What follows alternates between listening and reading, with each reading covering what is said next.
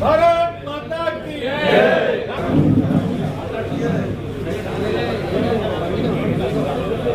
వాజ్పేయి గారి ఆశయాలను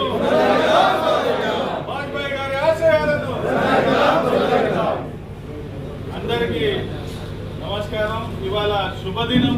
మనకు డిసెంబర్ 25 అని అంటే మనకు మన అజాత శత్రువు అయిన మన అటల్ బిహారీ వాజ్పేయి గారి జన్మదినమే గుర్తుకొస్తుంది. నాకు చిన్ననాటి నుంచి కూడా నాకు దాదాపు వాజ్పేయి గారి జన్మదినం 25 డిసెంబర్ అనేది ఫిక్స్ అయ్యి అట్లనే అట్లనే మనం ఇప్పుడు 100 సంవత్సర 101 జయంతి కూడా జరుపుకుంటున్నాం. అంతటి మహానుభావుని జయంతి వేడుకలో పాల్గొనడం మన అదృష్టంగా భావిస్తూ ఇప్పుడు మనకు అటల్జీ గారి గురించి రావు పద్మక్క గారిని 2 నిమిషాలు మాట్లాడాల్సింది అనుకుంటున్నాం.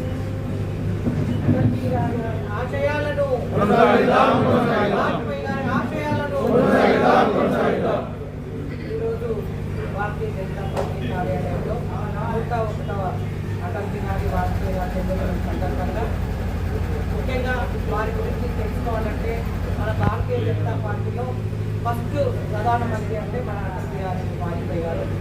అలాగే వారు కూడా 3 సార్లు ప్రధానమంత్రిగా పనిచేసిండ్రు. ఒకసారి 13 నెలలు, ఒకసారి 13 రోజులు, ఒకసారి ఫుల్ పూర్తి చేసుకున్న వ్యక్తి. అంటే ఇంకొకసారి కూడా అయ్యే అవకాశం ఉండే అటల్ బిహారీ వాజ్పేయి గారికి. కానీ ఒక నైతికతను మన సిద్ధాంతం కొరకు ఒక్క ఓటుతోనే ప్రధానమంత్రిగా అవకాశం కోల్పోవడం జరిగింది. అలాంటి వ్యక్తి ఒక సిద్ధాంతం కొరకు ఇలా మనకు పాటుపడిన వ్యక్తి. అలాంటి అటల్ బిహారీ వాజ్పేయి గారి ఆశయాలను వారి సిద్ధాంతం కొరకు పార్టీ కొరకు ఏ విధంగా పనిచేసిందో అలాంటి సిద్ధాంతాలను మనము రేపు ముందు వారి సిద్ధాంతాలను ముందుకు తీసుకెళ్ళినప్పుడే వారికి నిజమైన నివాళులు అనిపించినట్టు వారి 101వ జన్మదినం సందర్భంగా అందరికీ కూడా శుభాకాంక్షలు తెలియజేస్తూ ఇప్పుడు డాక్టర్ విజయచంద్ర రెడ్డి గారిని 2 నిమిషాలు మాట్లాడాల్సింది.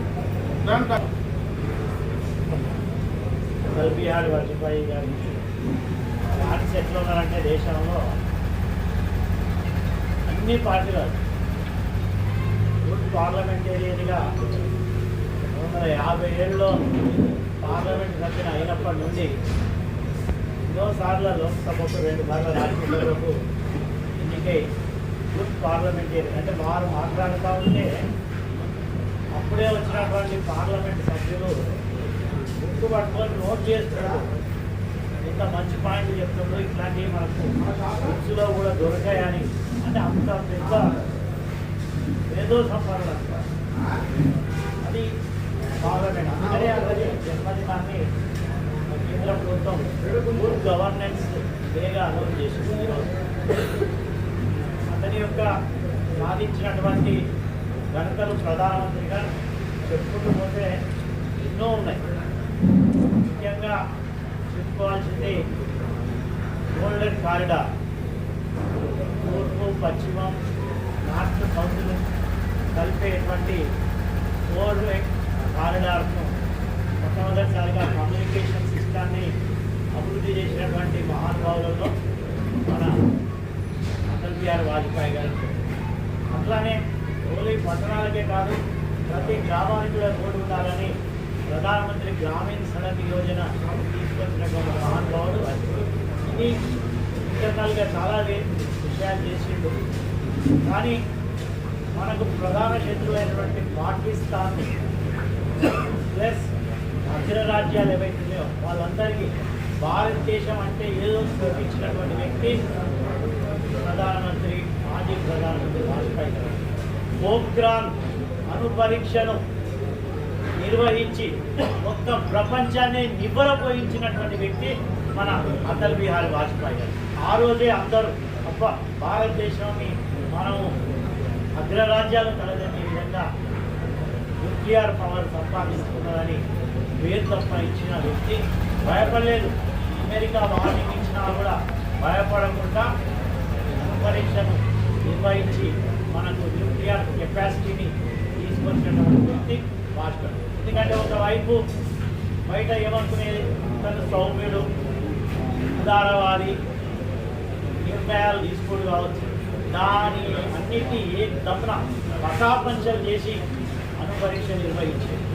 బిహారీ వాజ్పేయి గారి శత జయంతి ఉత్సవాల్లో భాగంగా నేడు తన జయంతి పురస్కరించుకొని 101 సంవత్సరాలకు అడుగు పెడుతున్న మన జయంతి ఉత్సవాల్లో యావత్ దేశంలోని కార్యకర్తలందరూ పండుగ వాతావరణంలో ఈ యొక్క జయంతి ఉత్సవాలను జరుపుకోవడం జరుగుతుంది. అందులో భాగంగా ఇవాళ హనంకొండ జిల్లా కార్యాలయంలో మా యొక్క నాయకులు కార్యకర్తల అందరి మధ్యలో మేమందరము ఉత్సాహంగా జరుపుకోవడం జరిగింది. ఈ యొక్క అటల్జీ గారి యొక్క సేవలు ఎంత చెప్పుకున్నా తక్కువనే. రేపు రానున్న రోజులలో తన ఆశయాలను కొనసాగించాలనే ఉద్దేశంతో చాలా నాయకులు మార్గదర్శనం చేసినారు. ఆ యొక్క నాయకుని అడుగుజాడల్లో ఒక 10% నడిచినా కానీ మన ఇక్కడున్న నాయకత్వంలో మార్పు జరుగుతుందనే ఉద్దేశం నాకు ఉన్నది ప్రత్యేకంగా. అందుకనే ఈ యొక్క కార్యకర్తలందరినీ ఉద్దేశించి మాట్లాడిన నాయకులు కూడా అన్ని మార్గదర్శనం చేసినారు. అటల్జీ గారి వ్యక్తిగత జీవితం ఎలా ఉండేది ఏంది అనేది అట్లాంటి మహానుభావునికి ఇవాళ మేమందరం ఈ జన్మదిన వేడుకలు జరుపుకోవడం శుభ సందర్భం. ఈ యొక్క కార్యక్రమాన్ని మేమందరం ఘనంగా నిర్వహించుకున్నాము. ఇది మేమందరం కూడా పూర్తిగా ఆనందంగా ఇక్కడ జరుపుకుంటున్నాం. అటల్జీ యొక్క శత జయంతి ఉత్సవాలు దేశవ్యాప్తంగా చాలా సంతోషదాయకంగా ప్రీతిపాత్రంగా నిర్వహించుకోవటము మా యొక్క అదృష్టం. ఈరోజు 101 జయంతి దేశంలోని అట్టడుగు వర్గాలకు, ముఖ్యంగా గాంధీ మహాత్ముడు అయితే గ్రామ స్వరాజ్యం కోరుకున్నాడో ప్రతి గ్రామానికి కూడా కనీసమైన మౌలిక వసతులను ఏర్పాటు చేసే కోసం రచించినటువంటి ఒక రూపకర్త అటల్ బిహారీ వాజ్పేయి గారు. అంత్యోదయ పథకాన్ని ప్రతి పేదవాడిగా కూడా ఆకలితో అలమటించకుండా పేదరిక యొక్క నిర్మూలనలో భాగంగా పెద్ద పేదవానిగా కూడా ఇంటికి బియ్యం అందేటట్టుగా ఏర్పాటు చేసిన ఒక గొప్ప మహనీయుడు. ఆ రకంగా పూర్తి స్థాయిలో గ్రామీణ భారతాన్ని, పేదరికాన్ని, అదేవిధంగా వైజ్ఞానాన్ని, ఈ దేశంలో విజ్ఞానవంతులు అనేక మంది ఉన్నారు. అనేక మంది చదువుకొని బయటికి వెళ్తున్నారు. వాళ్ళకి అవకాశాలు రావాలి. ఐటీ సెక్టర్లో అవకాశాలు ఎక్కువగా ఉన్నాయని చెప్పేసి గ్రహించి ఐటీ శాఖ మంత్రిగా ఆరోగ్య ప్రమోద్ మహాజన్ గారిని నియమించిన తర్వాత దేశవ్యాప్తంగా 1,14,00,000 మంది ఆ ఒక 5 సంవత్సరాల సమయంలోనే ఐటీ సెక్టర్ వైపు మన పిల్లలు తయారయ్యారు. ముఖ్యంగా ఇంజనీరింగ్ చేసిన అనేక మంది అధ్యాపకులకు మరి ఆ రకంగా ఆలోచింపజేసి నియామకాలు చేయడం జరిగింది. దాదాపుగా 2,11,000 మంది 2,11,000 మంది ఐటీ సైడ్లో పనిచేసే అనేక మంది వైజ్ఞానికులను పికప్ చేసి టీచింగ్ సైడ్లో ఫ్యాకల్టీలు పెట్టారు.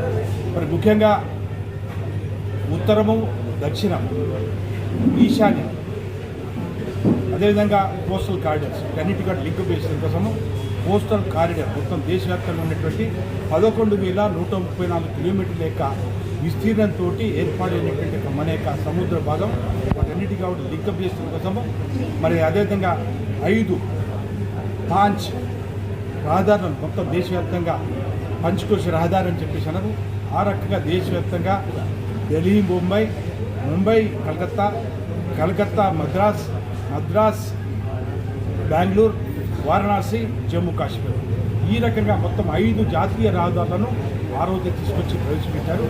ఆ రకంగా దాని ద్వారా దేశవ్యాప్తంగా రవాణా సౌకర్యాన్ని పూర్తి స్థాయిలో ఏర్పాటు చేసే ఒక గొప్ప మహనీయుడు. కాబట్టి పేదవాళ్ళకు పెన్నిదిగా, అదేవిధంగా దేశంలోని పేదరిక నిర్మూలన కోసం నిజమైన కార్యక్రమాన్ని తీసుకొచ్చి ఒక మహనీయుడు.